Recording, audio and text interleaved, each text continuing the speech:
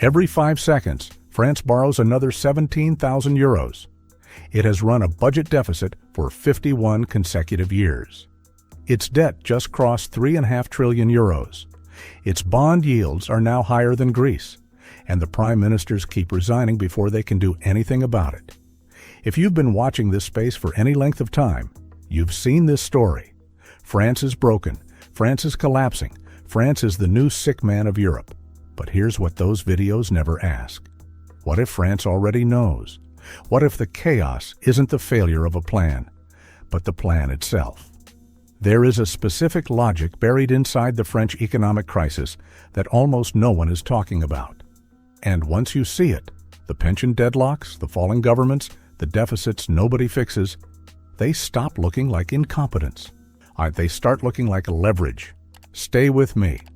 Let's be clear about one thing first. The crisis is real. France's public debt has gone over 116% of GDP.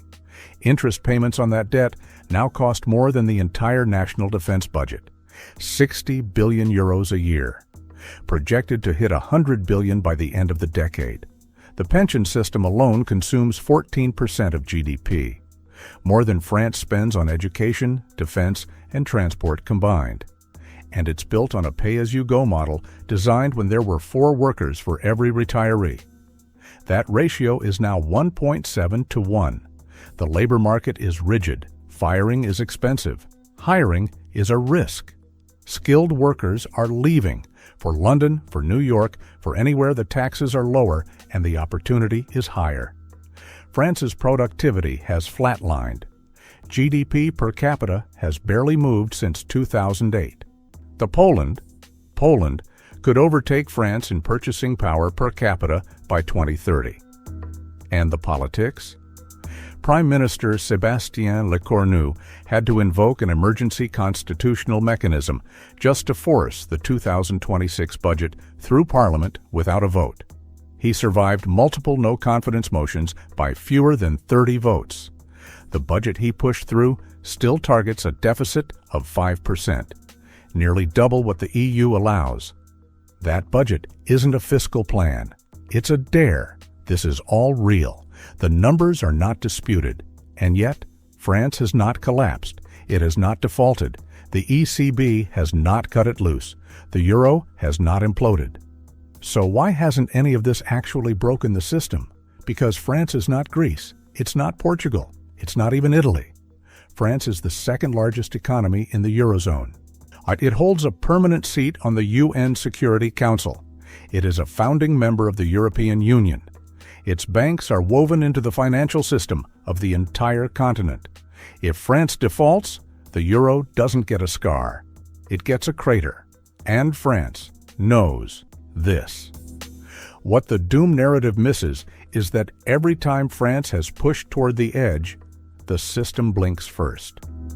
In 2012, when southern European bond markets were melting, ECB President Mario Draghi didn't just intervene. He announced the ECB would do whatever it takes to preserve the euro. Markets calmed. The crisis passed. France kept spending. In 2020, when COVID hit, the EU launched a 750 billion euro recovery fund, largely borrowing collectively, something that would have been unthinkable a decade earlier. France was a primary beneficiary. It also used the crisis to inject 150 billion euros in state-guaranteed loans into its own economy. The bill came later. Someone else helped pay it. Each time France's bond yields have spiked, the ECB has moved, not because it wants to reward French excess, but because it has no choice. This week, French 10-year bond yields hit 3.8%, approaching levels not seen since 2009. The markets are screaming. But notice who isn't screaming? The Élysée. Because they know the ECB's anti-fragmentation tools are essentially a Save France button. And that button has never once not been pressed. The ECB isn't protecting France. It's protecting the euro. France just happens to sit at the center of it. Letting France fall means letting the euro fail. And nobody in Brussels or Frankfurt is willing to write that headline. This creates a structural asymmetry. France gets to socialize its risks across the Eurozone while keeping the political benefits of its welfare state at home. Now, is this a conspiracy? Is someone in the Élysée Palace secretly planning this? No, this isn't a conspiracy. No one in Paris is orchestrating it. This is how incentives work. Over time, France didn't design this system. It learned how to use it. Every French government has tested the boundary.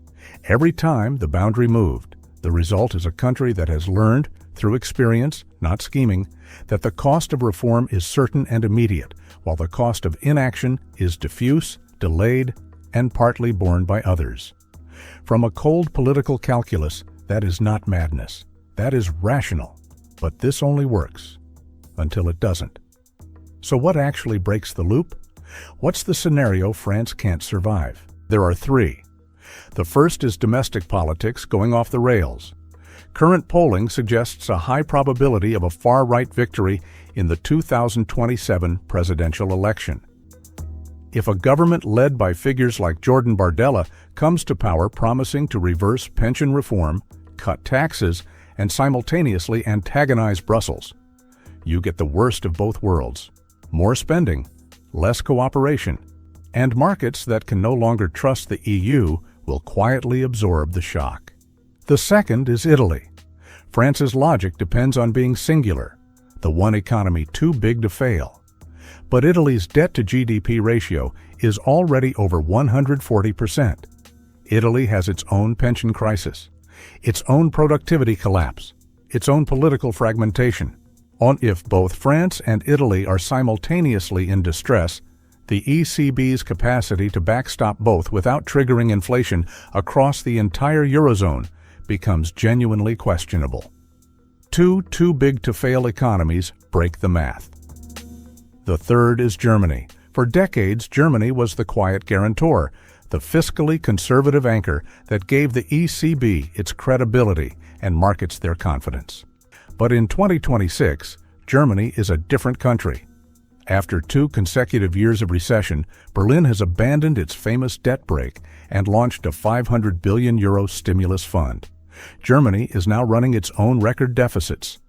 The quiet guarantor is no longer a creditor lecturing the South. It's a borrower managing its own recovery.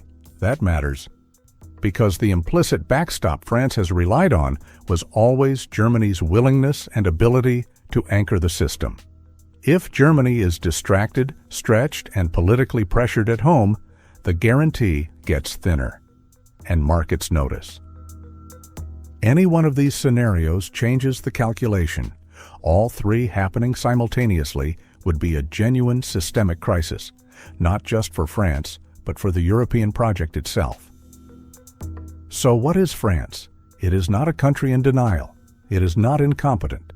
It is a country that has been running the same political experiment for 50 years, and the experiment keeps working. Because the alternative for everyone around it is worse. The real question isn't whether France can fix its economy. The real question is whether Europe can afford to make it.